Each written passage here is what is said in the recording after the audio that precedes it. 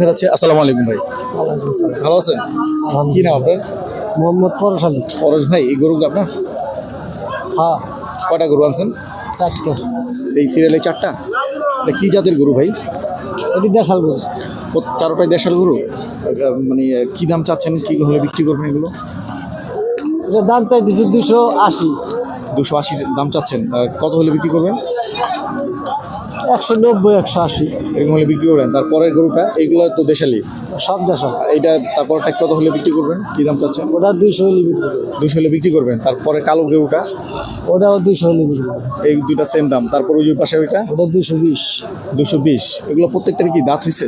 হ্যাঁ, প্রত্যেকটার দাঁত দাঁত হয়েছে? 4 দাঁত করে। 4 দাঁত করে না, প্রত্যেকটাই 4 দাঁত। প্রত্যেকটাই।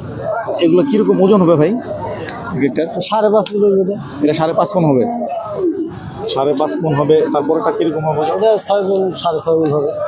তারপরে